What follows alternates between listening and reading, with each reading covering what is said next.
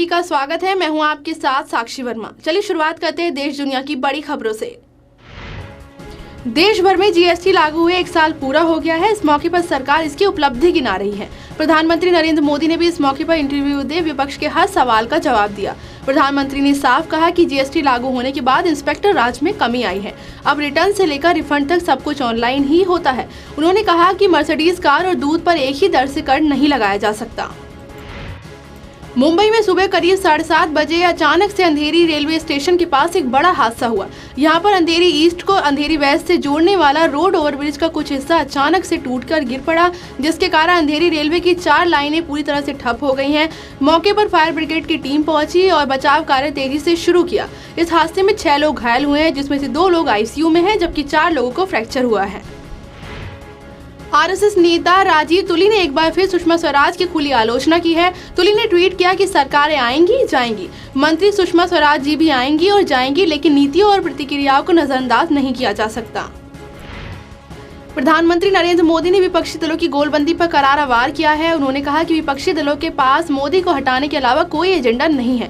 उन्होंने पूर्व में कांग्रेस के खिलाफ चल रहे गठबंधन का जिक्र करते हुए कहा कि मौजूदा विपक्ष के दलों की गठबंधन की तुलना 1977 और 1989 में बने गठबंधन से करना ठीक नहीं होगा। 1977 में गठबंधन का एकमात्र उद्देश्य था लोकतंत्र को बचाना, जो इमरजेंसी की वजह से खतरे में थी। पासपोर्ट विवाद में विदेश मंत्री सुषमा स्वराज को सोशल मीडिया पर ट्रोल किए जाने के मामले में राजनाथ सिंह द्वारा समर्थन दिए जाने के बाद अब कैबिनेट मंत्री नितिन गडकरी भी उनके समर्थन में आ गए हैं। गडकरी ने घटना को दुर्भाग्यपूर्ण बताया। उन्होंने कहा कि जब ये फैसला लिया गया था वो देश में नहीं थी। इस मामले से उनका कोई संबंध नहीं है और ये फैसला भी गलत नहीं है। सुनंदा पुष्कर मौत मामले में गिरफ्तारी से बचने के लिए कांग्रेस नेता शशि थरूर ने दिल्ली की पटियाला हाउस कोर्ट में अग्रिम जमानत के लिए अर्जी दाखिल की है। इसी अर्जी पर सुनवाई करते हुए पटियाला हाउस कोर्ट ने दिल्ली पुलिस को नोटिस जारी करने के लिए जवाब देने को कहा है। पटियाला हाउस कोर्ट ने कल इस मामले में दोबारा से सुनवाई करने के लिए कहा है। कैलाश मानसरोवर की यात्रा पर निकले 1500 से अधिक भारतीय तीर्थयात्री खराब मौसम के कारण तिब्बत के पास नेपाल के पहाड़ी इलाके में फंसे हुए हैं। भारत ने इन तीर्थयात्रियों को निकालने के लिए नेपाल से मदद मांगी है। विदेश मंत्री सुषमा स्वराज ने अपने ट्वीट में कहा कि करीब 525 तीर्थयात्री सिलिकोट में, 525 तीर्थयात्री हिल्सा में और करीब 500 तीर्थयात्री तिब्बत के पास फंसे हुए हैं। भारत ने नेपाल सरकार से वहां फंसे भारतीय नागरिकों को निकालने के लिए सेना का हेलीकॉप्टर देने का आग्रह किया है।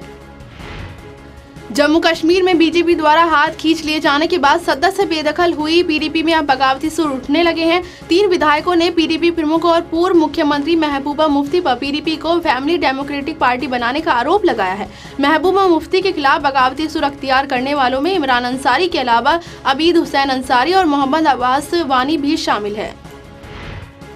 सुप्रीम कोर्ट ने देश में आए दिन हो रही मॉब लिंचिंग की घटनाओं पर चिंता जाहिर की है। कोर्ट ने कहा है कि मॉब लिंचिंग एक अपराध है। कोई भी व्यक्ति कानून को अपने हाथ में नहीं ले सकता और इस तरह की घटनाओं पर काबू पाना राज्य सरकार की जिम्मेदारी है।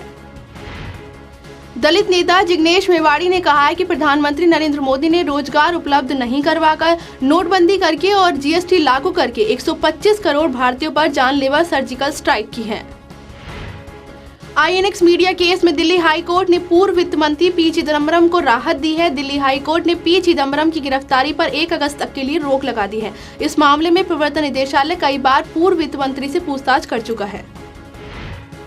दिल्ली स्थित बुराड़ी संतनगर में भाटिया हाउस या उनकी ग्रोसरी स्टोर में कभी किसी को कोई अटपटा चीज नहीं लगी। हालांकि रविवार की घटना के बाद अब तमाम शंकाएं पैदा हो रही हैं। खास तौर से ये शंका 11 अंक को लेकर है। 11 खिड़की, 11 दरवाजे, लोहे की 11 ग्रिल। इतना ही नहीं, संख्या में मृत पाए गए लोग भी 11 हैं। कुछ नोट्स और मौत के लिए 10 टिप्स के अलावा पुलिस अधिकारियों ने दावा किया कि घर में 11 खिड़कियां, गेट और 11 रोड बाहर निकले हुए 11 पाइप भी लगाए गए हैं। साथ ही 77 वर्षीय नारायणी देवी की बेटी ने कहा कि सारी बातें बकवास हैं और आत्महत्या वो क्यों करेंगे। प्रियंका चोपड़ा को बीएमसी ने अंधेरी वेस्ट से ओशिवारा में अपने ऑफिस परिसर और उसी के पास बने दूसरे कमर्शियल कॉम्प्लेक्स में अवैध निर्माण करने की वजह से नोटिस जारी किया है। बीएमसी का कहना है कि इस मामले में उन्हें 5 बार लोगों से शिकायत मिली है। उनका कहना है कि एक्ट्रेस के कमर्शियल कॉम्प्लेक्स में जो स्पा बना है उसे अवैध रूप से कंस्ट्रक्शन किया जा रहा है। शिकायत मिलने के बाद जब पीएमसी ने जाँच की तो उसे सही पाया गया। राणा प्रताप सिंह की खबर के मुताबिक भाजपा विधायक सुरेंद्र सिंह ने एक बार फिर अपने बयानों से सियासी गलियारों में हलचल बढ़ा दी है।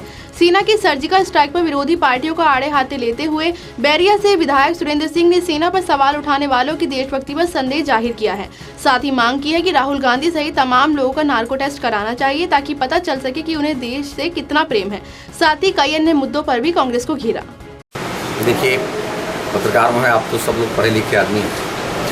भारतीय सेना के किसी भी पौरुष या किसी भी एक्शन का कोई सबूत मांगता है तो मान लीजिएगा कि उसकी राष्ट्रभक्ति जो है संदिग्ध, वो वास्तव में राष्ट्रभक्त नहीं है। निश्चित रूप से उसकी राष्ट्रभक्ति पर संदिग्धता है और उसके असली तो उसकी जांच होनी चाहिए।